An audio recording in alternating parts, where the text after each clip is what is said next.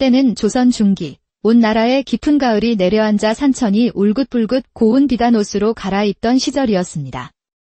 하지만 이 아름다운 계절이 모든 이에게 평화롭지만은 않았으니 한양에서도 손꼽히는 명문 사대부 가문의 젊은 과부 서윤에게는 하루하루가 피가 마르는 지옥과도 같았습니다. 옅은 색의 소복 아래로 드러난 그녀의 얼굴은 달처럼 창백했고 금방이라도 부서질 듯 가녀린 어깨는 깊은 슬픔의 무게에 짓눌려 있었습니다. 혼이 난 지 고작 3년 만에 남편을 여인 서윤은 그 슬픔이 채 가시기도 전에 시댁의 모진 구박과 탐욕의 한가운데에 내던져졌습니다. 남편의 죽음은 단순한 병사가 아니었습니다. 그날의 일을 떠올리면 지금도 심장이 서늘하게 내려앉고 숨이 턱 막혀왔지만 아무런 힘이 없는 젊은 과부의 말에 귀 기울여주는 이는 아무도 없었습니다. 그러던 어느 늦가을 밤, 억수 같은 비가 세상을 삼킬 듯이 쏟아져 내리고 있었습니다. 젖은 흙냄새와 비릿한 물비린내가 천지를 진동했고 번갯불이 번쩍일 때마다 거대한 나무들이 기괴한 그림자를 드리웠습니다. 그 칠흑 같은 어둠과 빗속을 한 여인이 미친 듯이 달리고 있었습니다. 값비싼 명주 저고리는 갈기갈기 찢겨 흙탕물에 젖었고 단정했던 쪽진 머리는 헝클어져 비에 젖은 채 축 늘어져 있었습니다. 바로 서윤이었지요. 그녀는 뒤도 돌아보지 않고 그저 앞으로 더 깊은 산속으로 내달렸습니다. 차가운 빗물이 눈물과 뒤섞여 뺨을 타고 흘러내렸지만 그것을 닦아낼 경황조차 없었습니다. 숨이 차오른다. 하지만 멈출 수는 없어. 여기서 잡히면 나는 죽는다. 아니, 죽는 것보다 더 끔찍한 일을 당하게 될 거야. 그녀의 눈앞에는 시아주버니인 김진사의 살기 어린 눈빛이 어른거렸습니다. 뱀처럼 차갑고 탐욕으로 번들거리던 그 눈빛을 떠올리는 것만으로도 온몸에 소름이 돋았습니다.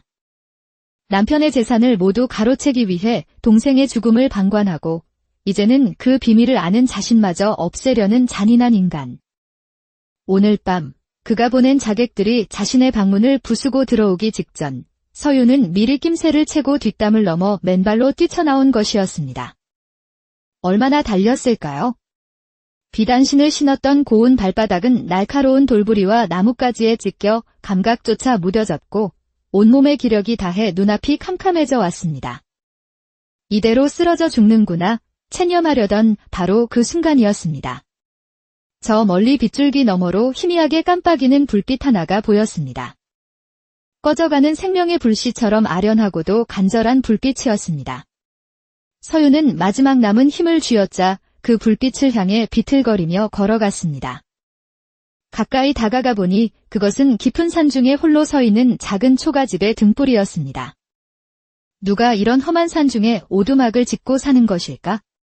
맹수나 산적의 소굴일지도 모른다는 두려움이 엄습했지만 이대로 빗속에서 죽는 것보다는 나았습니다. 그녀는 덜덜 떨리는 손으로 살인문을 밀고 들어섰습니다. 그리고는 거의 기다시피 하여 방문 앞으로 다가가 문고리를 잡을 힘도 없이 주저앉아 버렸습니다. 계십니까? 누구 아무도 안 계십니까? 목소리는 갈라지고 거의 들리지 않을 정도로 작았습니다. 그 순간 띠걱하는 소리와 함께 문이 열렸습니다. 안에서 새어나온 등불빛이 서윤의 젖은 얼굴을 비추었고 문 앞에는 한 사내가 서 있었습니다. 다부진 체격에 거친 삼배옷을 걸친 사내였습니다. 나이는 30 초반쯤으로 보였고 까맣게 그을린 얼굴에는 덥수룩한 수염이 가득했습니다. 무엇보다 깊고 날카로운 그의 눈빛은 칠흑 같은 밤의 산짐승처럼 경계심으로 가득 차 있었습니다. 그는 한참 동안이나 흙탕물에 뒹군 생쥐꼴을 한 서윤을 묵묵히 내려다볼 뿐이었습니다. 서윤은 공포와 절박함이 뒤섞인 눈으로 그를 올려다보며 애원했습니다. 살려주십시오. 제발. 하룻밤만 비를 피하게 해주십시오. 사내는 여전히 아무 말이 없었습니다. 그의 침묵은 서윤의 심장을 더욱 옥죄어 왔습니다. 이대로 외면당하면 정말 끝이라는 생각에 서윤의 눈에서 뜨거운 눈물이 빗물과 함께 흘러내렸습니다. 한참의 시간이 흐른 뒤 사내가 드디어 입을 열었습니다. 목소리는 거칠고 무뚝뚝했습니다. 웬 부인이 이 깊은 산중까지 발을 들였소. 쫓기는 몸입니다. 딱한 사연은 묻지 말아주십시오. 날이 밝는 대로 떠나겠습니다. 제발. 사내는 서윤의 행색과 절박한 목소리에서 그녀가 보통 사연을 가진 여인이 아님을 직감했습니다. 이런 깊은 산중에 혼자 사는 그에게 낯선 일을, 그것도 쫓기는 여인을 들인다는 것은 스스로 화를 자초하는 일일 수도 있었습니다. 하지만 다 죽어가는 사람을 짐승처럼 빗속에 내버려 둘 만큼 그의 마음이 모질지는 못했습니다. 그는 작게 한숨을 내쉬고는 옆으로 비켜서며 말했습니다. 들어오시오. 그 한마디에 서윤은 온몸의 긴장이 풀리며 그대로 정신을 잃고 말았습니다. 얼마나 시간이 흘렀을까? 서윤이 다시 눈을 떴을 때 그녀는 딱딱하지만 온기가 남아있는 아랫목에 누워 있었습니다. 몸에는 거칠지만 마른 남정네의 옷이 입혀져 있었고 찢기고 상처난 발에는 약초를 찧어 만든 듯한 것이 붙어 있어 시원한 기운이 느껴졌습니다. 방 안에는 희미한 등잔불과 함께 쌉싸름한 약초 냄새가 가득했습니다. 방은 단추락이 짝이 없었습니다. 흙벽에는 약초를 말리는 실렁이 전부였고 낡은 경상 위에는 책 몇 권이 전부였습니다. 서윤이 몸을 일으키려 하자 밖에서 인기척이 들리더니 문이 열리고 아까 그 사내가 들어왔습니다. 그의 손에는 김이 모락모락 나는 죽 그릇이 들려 있었습니다. 일어났소. 사내는 여전히 무뚝뚝한 말투였습니다. 그는 죽 그릇을 서윤의 앞에 툭 내려놓았습니다. 빈속일 테니 우선 욕이나 하시오. 서윤은 말없이 고개를 숙여 감사를 표하고는 나무 수저를 들었습니다. 따뜻한 죽이 목구멍으로 넘어가자 비로소 살았다는 안도감이 온몸으로 퍼져나갔습니다.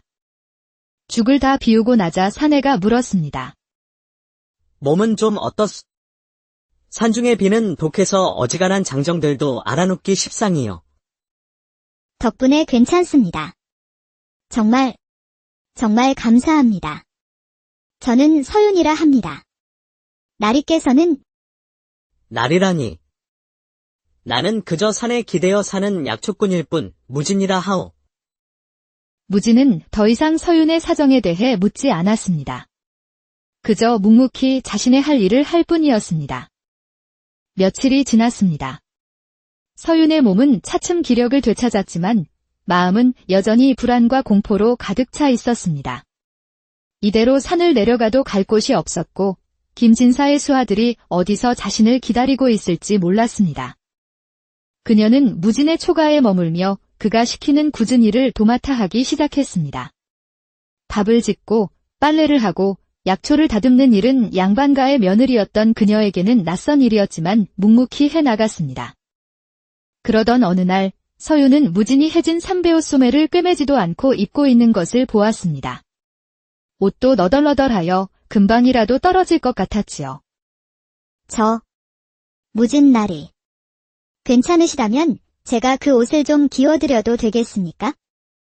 무진은 무심하게 서윤을 쳐다보더니 잠시 망설이다 입고 있던 옷을 벗어 주었습니다. 마음대로 하시오. 서윤은 바늘과 실을 받아들고는 그의 옷을 기워나가기 시작했습니다. 그런데 그녀의 바느질은 보통 솜씨가 아니었습니다. 단순히 해진 곳을 잇는 것이 아니라 실을 여러 겹 겹쳐 마치 원래부터 그 자리에 작은 잎사귀 무늬가 있었던 것처럼 곱게 술을 놓았습니다. 너덜거리던 옷자락에는 작은 들국화 한 송이를 피워냈습니다. 일을 마치고 돌아온 무진은 말끔하게 기워진 자신의 옷을 보고는 잠시 할 말을 잃었습니다. 특히 소매 끝에 수놓아진 작은 잎사귀는 마치 살아있는 듯 생생했습니다. 이것은 부인의 솜씨요. 보잘것없는 재주입니다. 그저 나리님의 은혜에 조금이나마 보답하고 싶어서. 무진은 아무 말 없이 옷을 받아들고는 방으로 들어갔습니다. 하지만 그의 눈빛에는 처음으로 경계심이 아닌 다른 감정이 스쳐 지나갔습니다. 저런 고운 손재주를 가진 여인이 어쩌다 이런 험한 산골까지 쫓겨오게 되었을까? 그의 마음속에 작은 의문이 싹트기 시작했습니다. 그날 이후 서윤은 틈틈이 무진의 낡은 옷들을 기워주었고 그때마다 작은 풀꽃과 나비들을 수놓았습니다. 무진의 거친 삼배 옷은 서윤의 손길을 거쳐 세상에 단 하나뿐인 옷으로 변해갔습니다. 시간은 속절없이 흘러사내도 겨울의 문턱이 가까워지고 있었습니다. 무진은 겨울을 나기 위한 약초를 구하러 며칠씩 집을 비우기도 했습니다. 그러던 어느 날 무진이 험한 바위 틈에서 약초를 캐다가 발을 헛디뎌 다리를 심하게 다치고 말았습니다. 그는 절뚝거리며 겨우 집으로 돌아왔고 그의 모습을 본 서윤은 기겁을 했습니다. 나리님, 이게 무슨 일이십니까? 별일 아니요. 잠시 삐끗했을 뿐. 하지만 그의 다리는 퉁퉁 부어오르며 시퍼렇게 멍이 들고 있었습니다. 서윤은 눈물을 글썽이며 그를 부축해 방에 눕혔습니다. 그리고는 무진이 가르쳐준 대로 약초를 찧어 그의 다리에 정성껏 붙여주었습니다. 그날 밤 무진은 끙끙 앓으며 열이 펄펄 끓기 시작했습니다.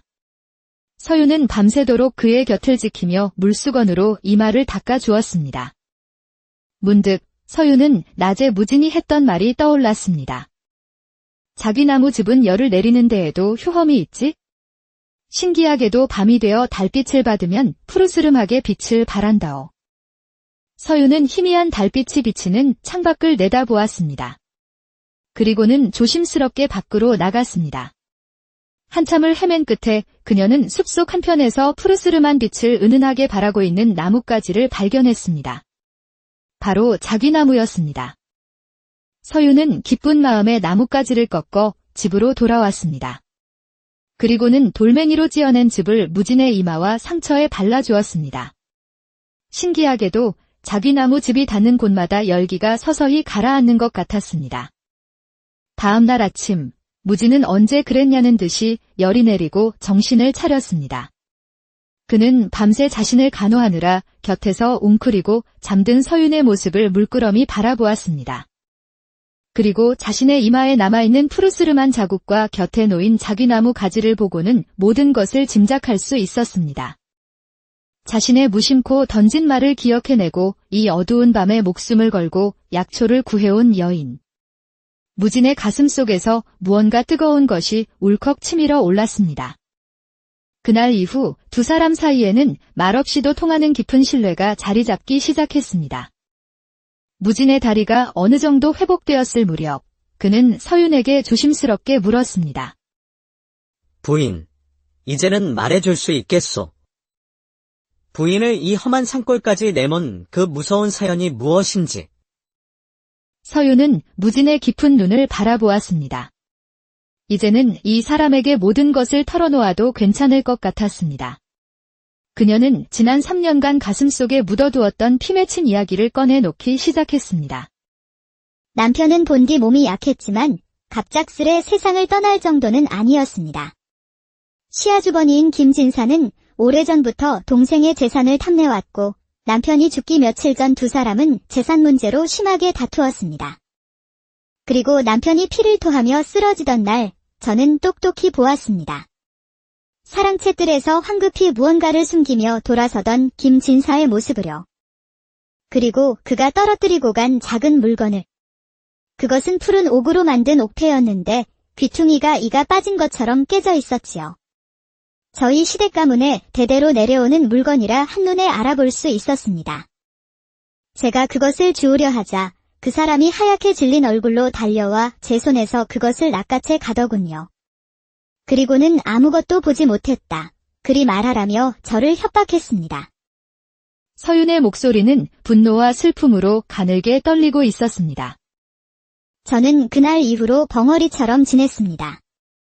하지만 그 사람은 제가 모든 것을 알고 있다는 사실에 불안해했고 급기야 저를 없애버리려 자객까지 보낸 것입니다. 모든 이야기를 들은 무진은 주먹을 불끈 쥔 채 아무 말도 하지 않았습니다. 그의 얼굴에는 분노와 연민이 뒤섞여 있었습니다. 증자가 없으니 이 억울함을 어디에 하소연할 길이 없습니다. 그저 이렇게 숨어 지내다 죽은 듯이 살아가는 것밖에는. 서윤의 눈에서 결국 눈물이 흘러내렸습니다. 무진은 거친 손으로 서윤의 어깨를 가만히 감싸 주었습니다. 우선은 여기서 몸을 추스르시오.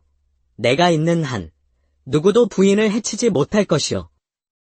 그의 나직하지만 힘있는 목소리에 서유는 목 놓아 울음을 터뜨렸습니다. 세상에 태어나 처음으로 누군가에게 온전히 기대어 울어보는 순간이었습니다. 한편 한양에서는 병조의 관직에 있는 김진사가 애가 타서 죽을 지경이었습니다. 이런 무능한 놈들. 계집 하나를 아직도 찾아내지 못했단 말이냐.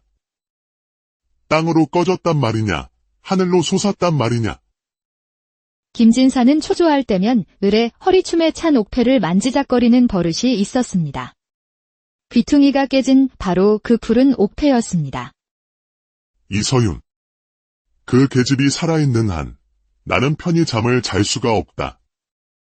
반드시 찾아내 없애버려야 해. 시간이 흘러 산에도 완연한 겨울이 찾아왔습니다. 하얀 눈이 온 세상을 뒤덮어 무진의 초가집은 세상과 완전히 고립된 섬처럼 보였습니다. 어느 눈 내리는 밤, 화롯가에 마주 앉아있던 두 사람은 말없이 타오르는 불꽃만 바라보고 있었습니다. 먼저 침묵을 깬 것은 서윤이었습니다. 나리, 언제까지나 이렇게 신세만 지을 수는 없습니다. 봄이 오면 저는 떠나야지요. 어디로 가려고? 갈 곳이야 없지요. 그저 나리님께 더 이상 누를 끼칠 수 없다는 말입니다. 저 때문에 언제 화를 당하실지 모르는 일 아닙니까? 무진은 한참 동안 말이 없다가 나직이 입을 열었습니다. 내가 과거에 글 공부를 좀 했었어. 하지만 불의가 판을 치고 힘없는 자들의 피눈물 위에 부귀영화를 쌓는 자들을 보다 못해 모든 것을 등지고 이 산으로 들어온 것이오. 죄를 지은 자가 벌을 받지 않는 세상을 등지는 것만이 능사는 아니라는 것을 부인을 만나고 깨닫게 되었소. 도망치고 외면하는 것은 비겁한 자들의 변명일 뿐이더군. 부인, 이대로 숨어 지내며 평생을 죄인처럼 살 수는 없소? 맞서 싸워야 하오. 싸우다니요. 아무런 힘도 증자도 없는 저희가 어찌 하늘 같은 권세를 가진 그 사람과 맞서 싸운단 말입니까? 서윤의 목소리에는 체념이 묻어 있었습니다. 바로 그때였습니다. 무진의 시선이 서윤이 덮고 있던 무릎 덮개에 머물렀습니다. 낡은 천조각에 서윤이 심심풀이로 수놓은 작은 설중매가 하얀 눈 속에서도 붉게 피어 있었습니다.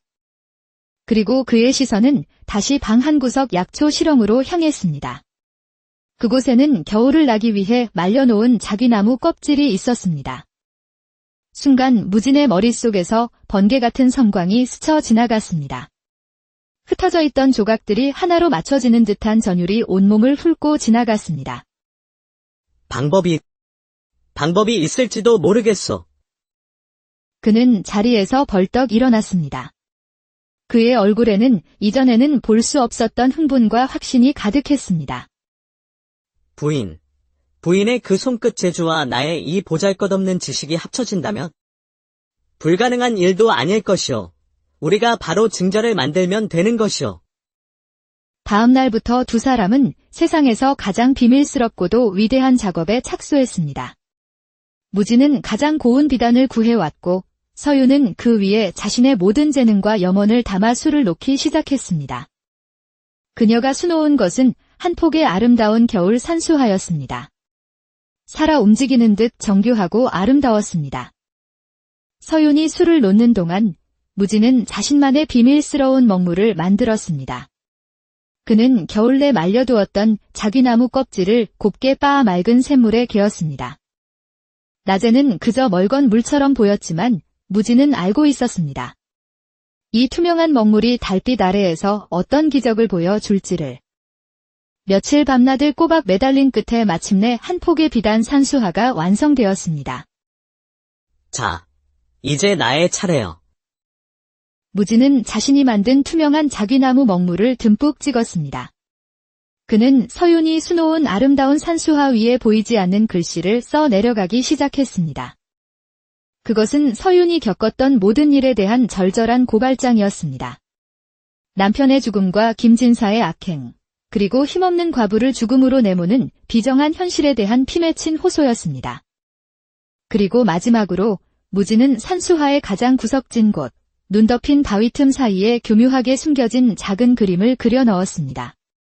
바로 귀퉁이가 깨진 푸른 옥패의 모양이었습니다. 모든 작업이 끝났을 때 비단 산수화는 낮에 보기에는 그저 아름다운 예술 작품일 뿐이었습니다. 그 안에 담긴 무서운 진실은 오직 달빛만이 드러내줄 수 있었지요. 무지는 이 비밀스러운 증자를 품에 안고 조심스럽게 산을 내려갔습니다. 그는 과거에 인연이 있었던, 지금은 한양에서 보부상으로 크게 성공한 예친구를 찾아갔습니다. 여보게, 이게 대체 몇 년 만인가? 그런데 행색이 왜 이 모양인가? 긴 이야기는 나중에 하세. 자네에게 내 목숨보다 중한 부탁을 하러 왔네? 무지는 품 안에 비단 산수화를 꺼내 보이며 자초지종을 설명했습니다. 단, 자기 나무집의 비밀만은 제외하고 말이지요. 이것을 조정에 강직하기로 소문난 우의정 대감 댁에 전해주게. 대감께 직접 전하면 의심을 살 수 있으니 안주인인 마님께 먼 시골에서 이름 없는 여인이 마님의 고결한 인품을 흠모하여 올리는 정성이라며 전하게. 우의정 대감은 당대의 강직한 문신으로 탐욕스러운 김진사와는 정치적으로 반대편에 서 있는 인물이었습니다. 무지는 바로 그 점을 노린 것이었지요.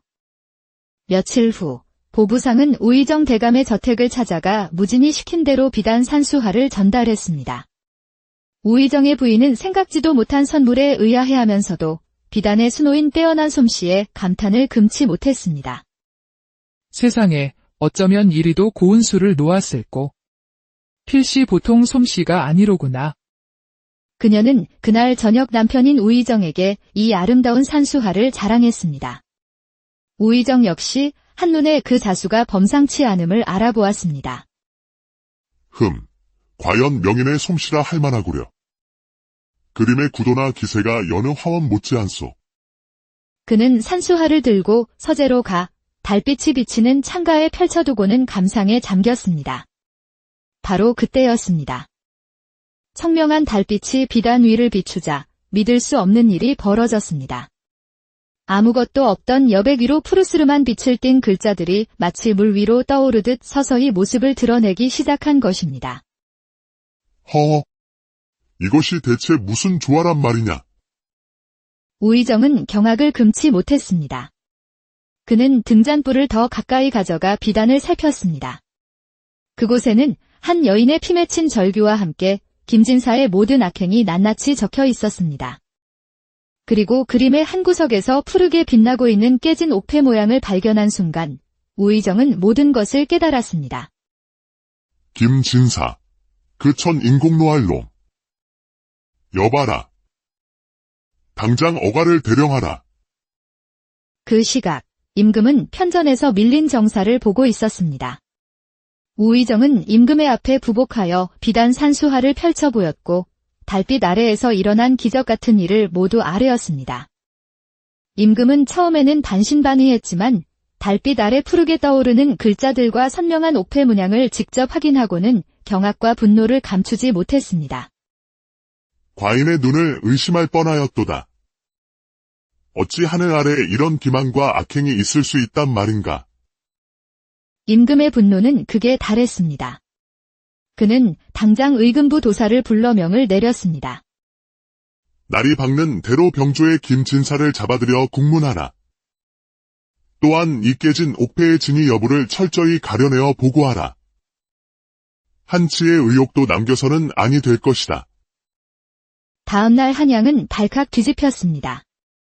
하늘 높은 줄 모르고 권세를 누리던 김진사가 하루아침에 의금부로 압송되었기 때문입니다. 처음에는 억울함을 부르짖으며 완강히 버티던 김진사도 달빛 아래에서 진실을 드러내는 비단 산수화와 자신의 허리춤에서 나온 깨진 옥패라는 명백한 증거 앞에서 결국 무너지고 말았습니다. 그는 자신의 모든 죄를 실토했고 그에게 매수되어 거짓을 고했던 하인들과 자객들까지 모두 줄줄이 엮여 들어갔습니다. 임금은 대노하여 김진사에게 사약을 내리고 그의 재산은 모두 몰수되었습니다. 권선징악에 준엄한 심판이 내려진 것입니다. 사건이 모두 마무리된 후 임금은 이 모든 일을 시작한 지혜로운 여인과 숨은 공로자를 궁금해했습니다. 우의정은 보부상을 통해 수소문한 끝에 마침내 깊은 산속에서 조용히 살고 있는 서윤과 무진을 찾아냈습니다. 임금의 부름을 받고 궁궐에 들어선 두 사람의 행색은 여전히 남루했지만 그들의 눈빛은 맑고 기품이 넘쳤습니다. 임금은 무진이 과거에 세상을 등졌던 비운의 선비였음을 알아보고는 그의 재주를 크게 아꼈습니다. 그대의 지혜와 용기가 이 나라에 큰 악을 뿌리 뽑았소. 과인을 도와 이석은 조정을 바로 세우는데 힘을 보태주시오. 임금은 그에게 높은 벼슬을 내렸습니다. 또한 모든 고난을 이겨낸 서윤에게는 몰수된 시댁의 재산을 되돌려주고 그녀의 갸륵한 절개를 칭찬하며 큰 상을 내렸습니다. 하루아침에 모든 것을 되찾은 두 사람이었지만 그들은 한양의 부귀영화를 택하지 않았습니다. 모든 것을 정중히 사양하고 다시 그들만의 보금자리인 깊은 산속 초가집으로 돌아갔습니다. 따스한 봄볕이 내리쬐는 어느 날 무진이 서윤에게 물었습니다. 후회하지 않으시오? 부인이 마땅히 누려야 할 것들을 모두 버리고 이런 누추한 곳으로 다시 돌아온 것을. 서윤은 환하게 웃으며 대답했습니다. 그녀의 얼굴에는 더 이상 그늘이 없었습니다. 제가 있어야 할 곳은 바로 여기인 거려. 서방님 곁이야말로 세상 그 어떤 대궐보다 귀하고 편안합니다. 두 사람은 서로를 마주보며 조용히 미소 지었습니다. 칠흑 같던 절망의 밤을 함께 건너온 두 사람은 이제 서로에게 없어서는 안 될 세상의 전부가 되어 있었습니다. 그 후로 두 사람은 산속에서 평생을 함께하며 서로를 보듬고 의지하며 행복하게 살았다고 합니다. 때는 조선 중기, 온 나라에 깊은 가을이 내려앉아 산천이 울긋불긋 고운 비단옷으로 갈아입던 시절이었습니다. 하지만 이 아름다운 계절이 모든 이에게 평화롭지만은 않았으니 한양에서도 손꼽히는 명문사대부 가문의 젊은 과부 서윤에게는 하루하루가 피가 마르는 지옥과도 같았습니다. 옅은 색의 소복 아래로 드러난 그녀의 얼굴은 달처럼 창백했고 금방이라도 부서질 듯 가녀린 어깨는 깊은 슬픔의 무게에 짓눌려 있었습니다. 혼인한 지 고작 3년 만에 남편을 여인 서윤은 그 슬픔이 채 가시기도 전에 시댁의 모진 구박과 탐욕의 한가운데에 내던져졌습니다. 남편의 죽음은 단순한 병사가 아니었습니다. 그날의 일을 떠올리면 지금도 심장이 서늘하게 내려앉고 숨이 턱 막혀왔지만 아무런 힘이 없는 젊은 과부의 말에 귀 기울여주는 이는 아무도 없었습니다. 그러던 어느 늦가을 밤, 억수 같은 비가 세상을 삼킬 듯이 쏟아져 내리고 있었습니다.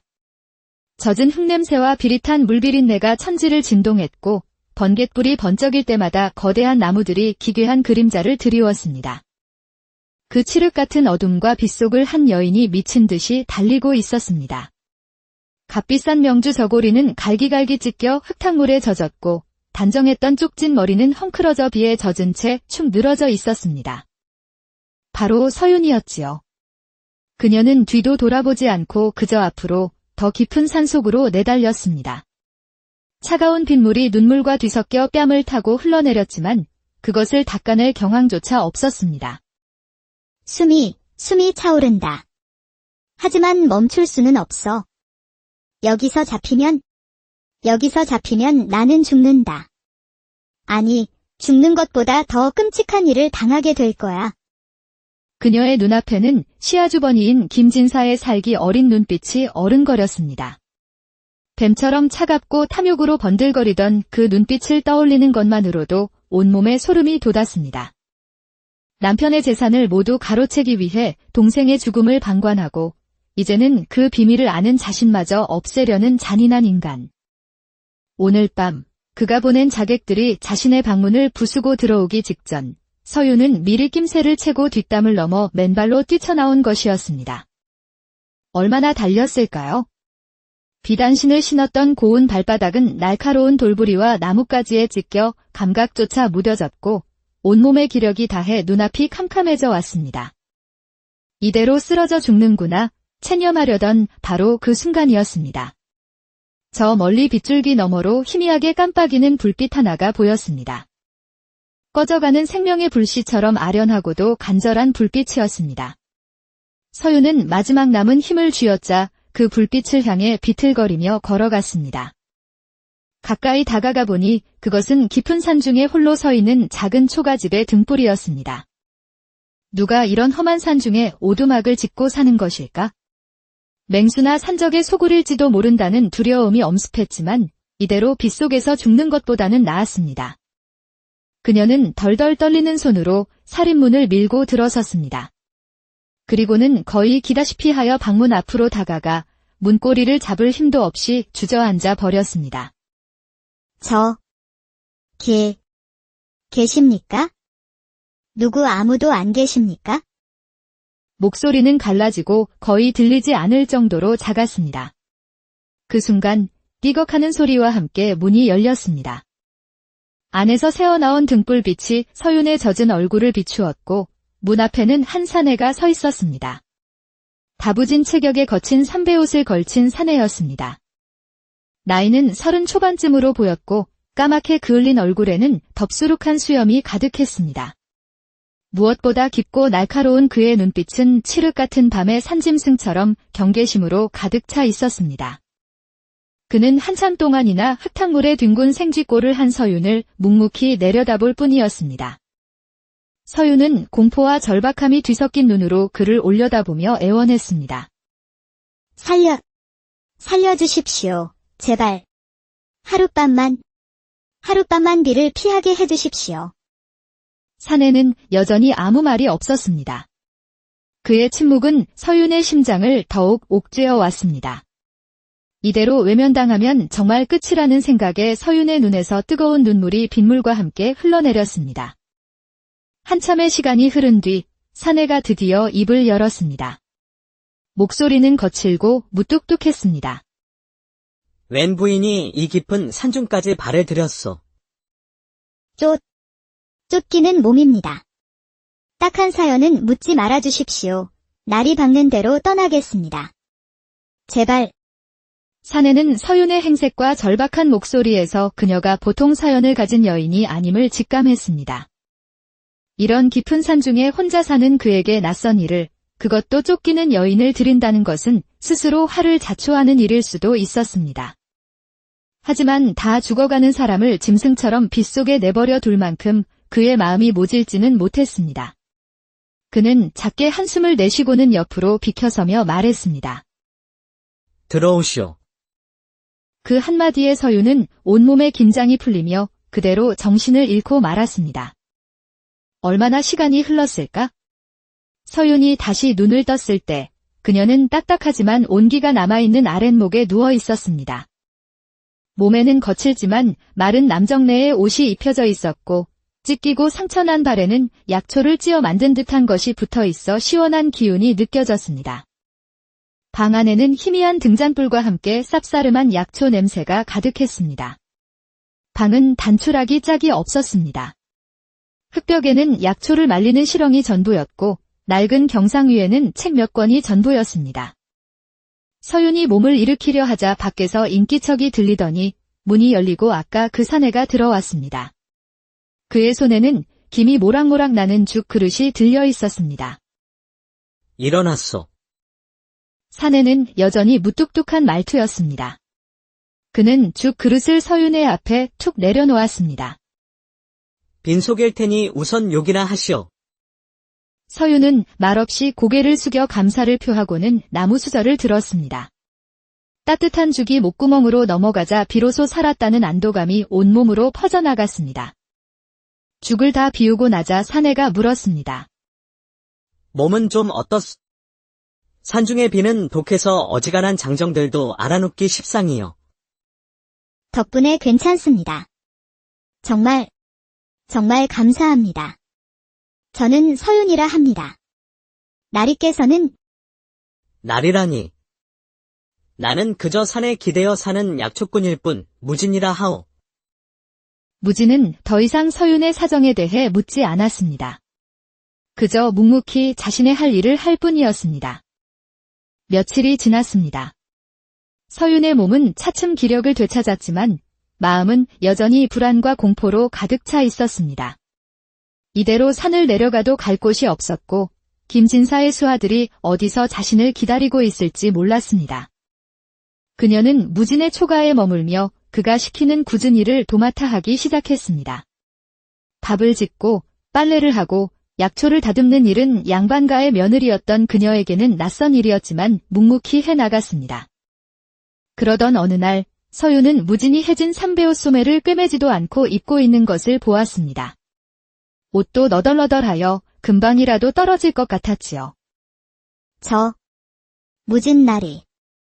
괜찮으시다면 제가 그 옷을 좀 기워드려도 되겠습니까? 무진은 무심하게 서윤을 쳐다보더니 잠시 망설이다 입고 있던 옷을 벗어 주었습니다. 마음대로 하시오.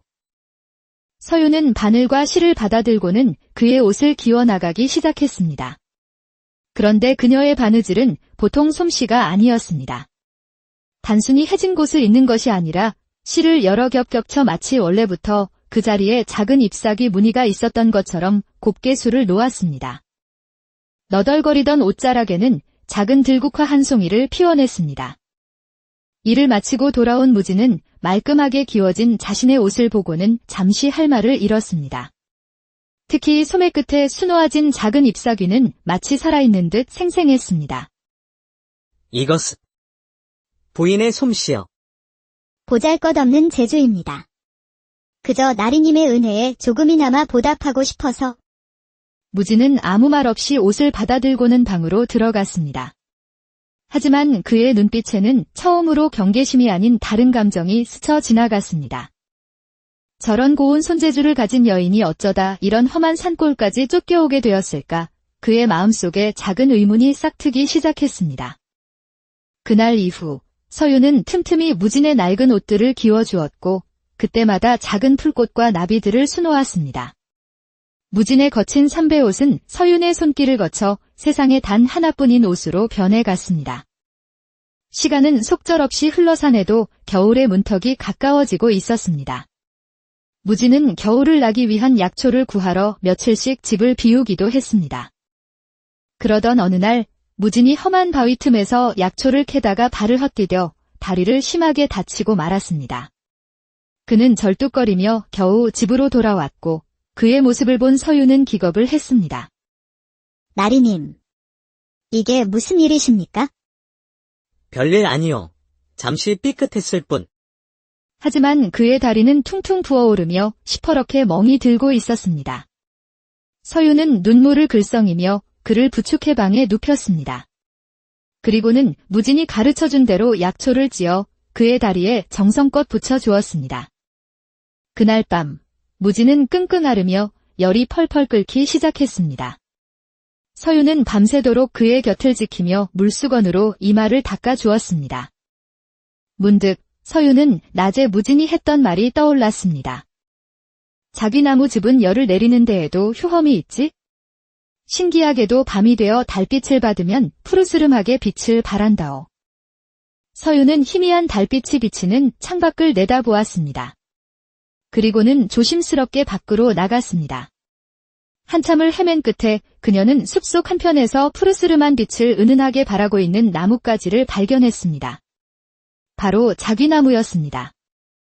서유는 기쁜 마음에 나뭇가지를 꺾어 집으로 돌아왔습니다. 그리고는 돌멩이로 찧어낸 즙을 무진의 이마와 상처에 발라주었습니다. 신기하게도 자기 나무 즙이 닿는 곳마다 열기가 서서히 가라앉는 것 같았습니다. 다음 날 아침, 무진은 언제 그랬냐는 듯이 열이 내리고 정신을 차렸습니다. 그는 밤새 자신을 간호하느라 곁에서 웅크리고 잠든 서윤의 모습을 물끄러미 바라보았습니다. 그리고 자신의 이마에 남아있는 푸르스름한 자국과 곁에 놓인 자귀나무 가지를 보고는 모든 것을 짐작할 수 있었습니다.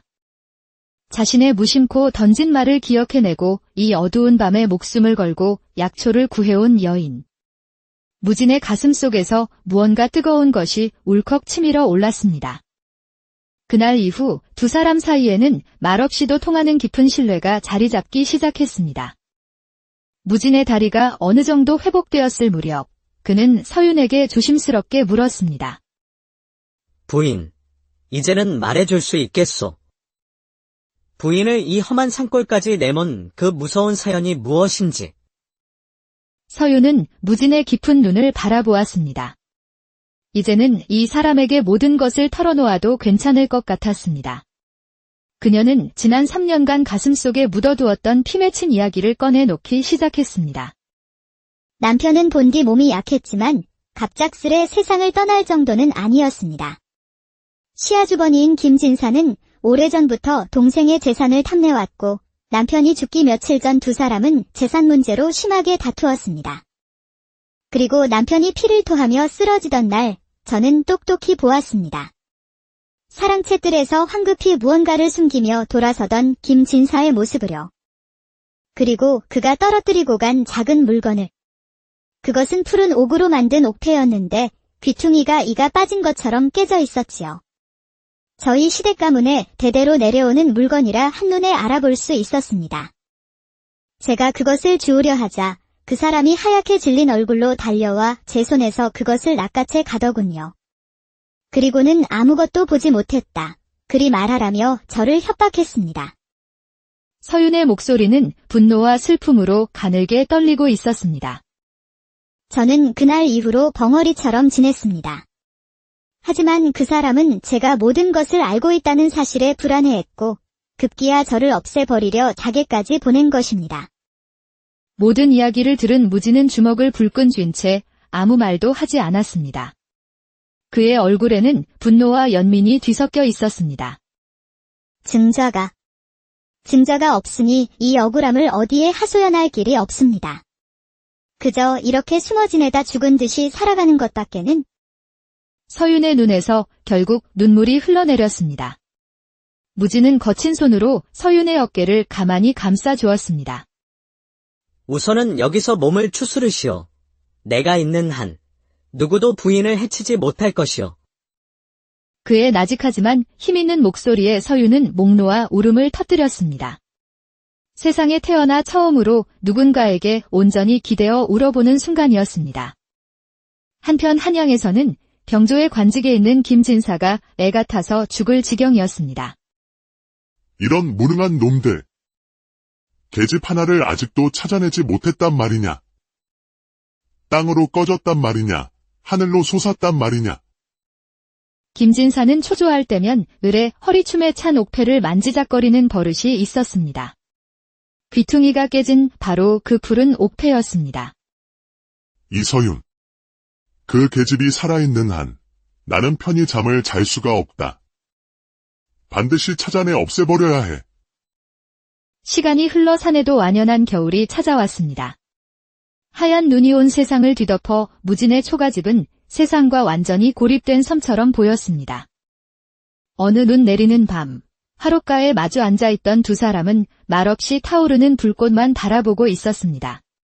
먼저 침묵을 깬 것은 서윤이었습니다. 날이 언제까지나 이렇게 신세만 지을 수는 없습니다. 봄이 오면 저는 떠나야지요. 어디로 가려고? 갈 곳이야 없지요. 그저 나리님께 더 이상 누를 끼칠 수 없다는 말입니다. 저 때문에 언제 화를 당하실지 모르는 일 아닙니까? 무지는 한참 동안 말이 없다가 나직이 입을 열었습니다. 내가 과거에 글 공부를 좀 했었어. 하지만 불의가 판을 치고 힘없는 자들의 피눈물 위에 부귀영화를 쌓는 자들을 보다 못해 모든 것을 등지고 이 산으로 들어온 것이오. 죄를 지은 자가 벌을 받지 않는 세상을 등지는 것만이 능사는 아니라는 것을 부인을 만나고 깨닫게 되었소. 도망치고 외면하는 것은 비겁한 자들의 변명일 뿐이더군. 부인, 이대로 숨어 지내며 평생을 죄인처럼 살 수는 없소? 맞서 싸워야 하오. 싸우다니요. 아무런 힘도 증자도 없는 저희가 어찌 하늘 같은 권세를 가진 그 사람과 맞서 싸운단 말입니까? 서윤의 목소리에는 체념이 묻어 있었습니다. 바로 그때였습니다. 무진의 시선이 서윤이 덮고 있던 무릎 덮개에 머물렀습니다. 낡은 천조각에 서윤이 심심풀이로 수놓은 작은 설중매가 하얀 눈 속에서도 붉게 피어 있었습니다. 그리고 그의 시선은 다시 방 한 구석 약초 실형으로 향했습니다. 그곳에는 겨울을 나기 위해 말려놓은 자귀나무 껍질이 있었습니다. 순간 무진의 머릿속에서 번개 같은 섬광이 스쳐 지나갔습니다. 흩어져 있던 조각들이 하나로 맞춰지는 듯한 전율이 온몸을 훑고 지나갔습니다. 방법이 있을지도 모르겠어. 그는 자리에서 벌떡 일어났습니다. 그의 얼굴에는 이전에는 볼 수 없었던 흥분과 확신이 가득했습니다. 부인의 그 손끝 재주와 나의 이 보잘것없는 지식이 합쳐진다면 불가능한 일도 아닐 것이오. 우리가 바로 증자를 만들면 되는 것이오.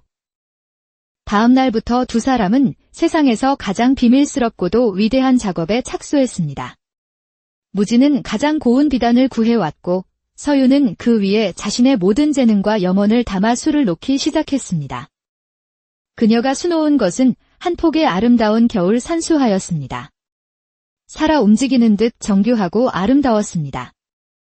서윤이 술을 놓는 동안 무지는 자신만의 비밀스러운 먹물을 만들었습니다.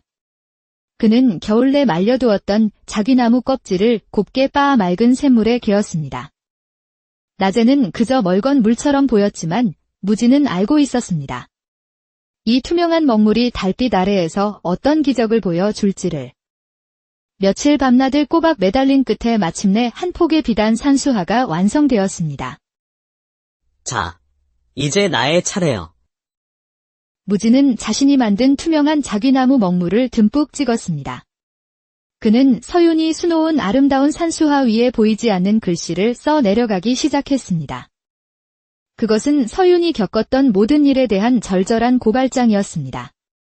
남편의 죽음과 김진사의 악행, 그리고 힘없는 과부를 죽음으로 내모는 비정한 현실에 대한 피 맺힌 호소였습니다. 그리고 마지막으로 무지는 산수화의 가장 구석진 곳, 눈 덮인 바위 틈 사이에 교묘하게 숨겨진 작은 그림을 그려 넣었습니다. 바로 귀퉁이가 깨진 푸른 옥패의 모양이었습니다.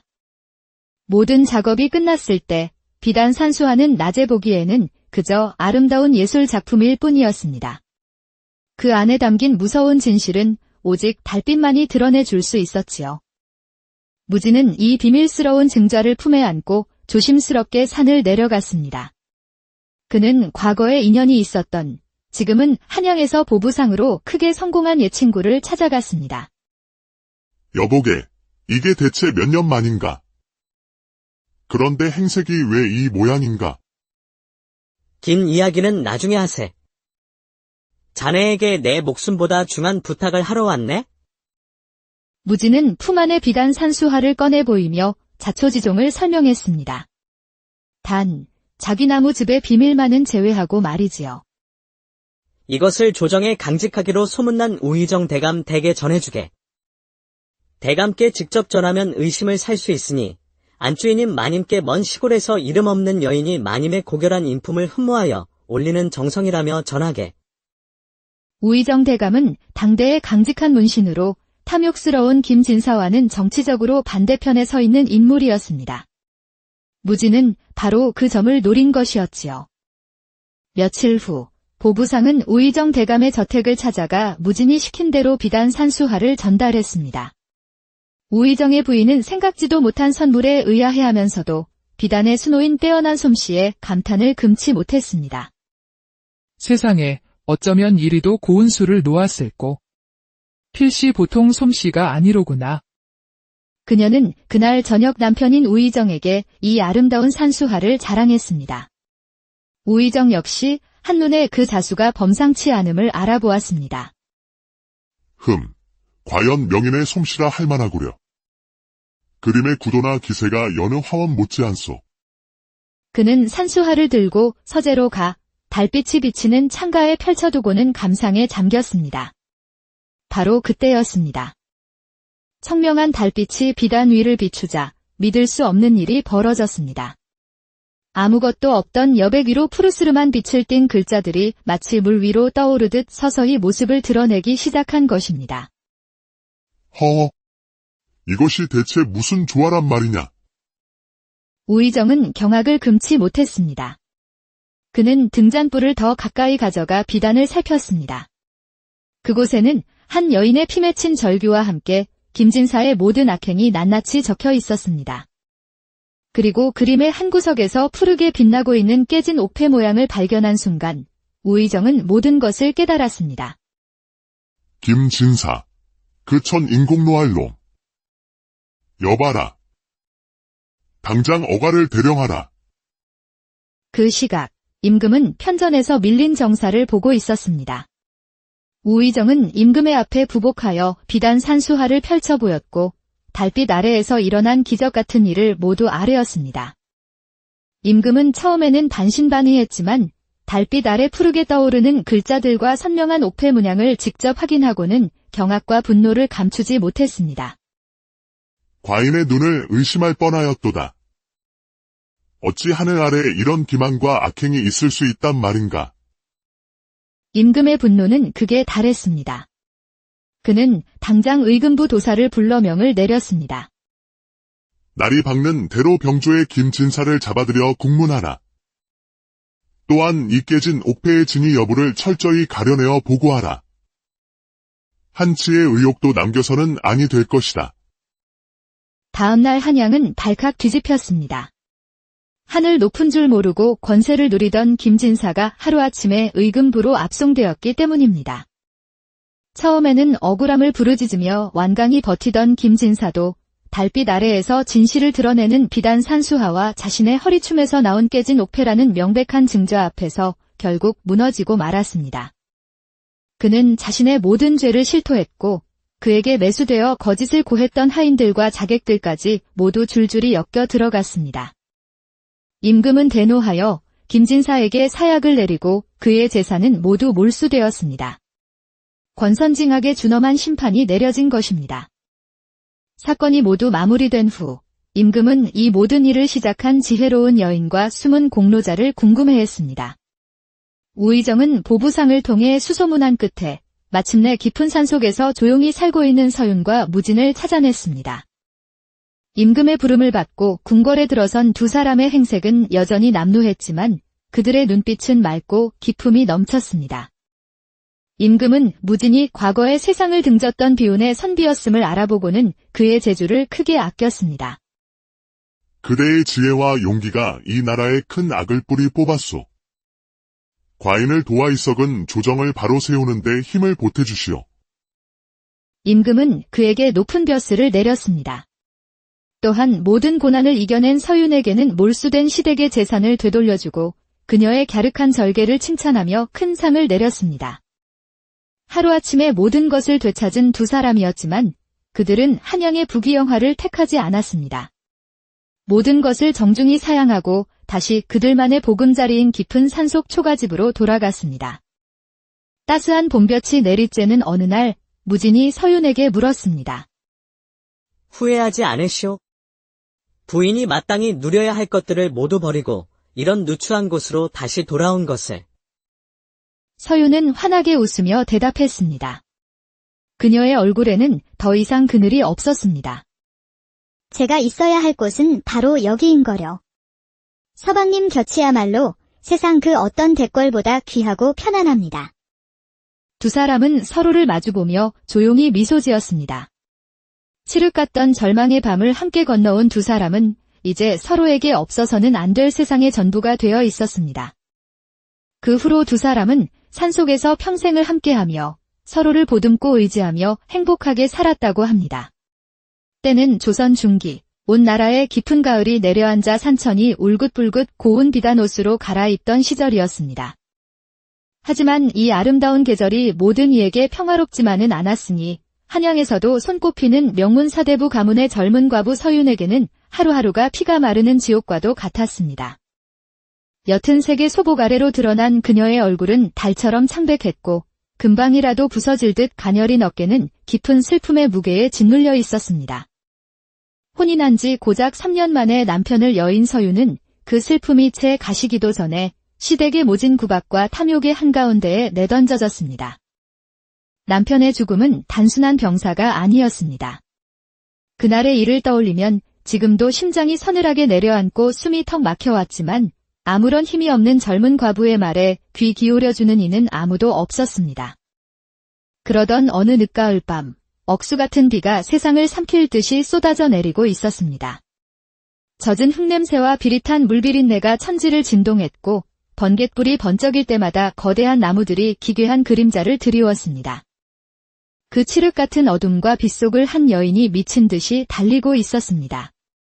값비싼 명주 저고리는 갈기갈기 찢겨 흙탕물에 젖었고 단정했던 쪽진 머리는 헝클어져 비에 젖은 채 축 늘어져 있었습니다. 바로 서윤이었지요.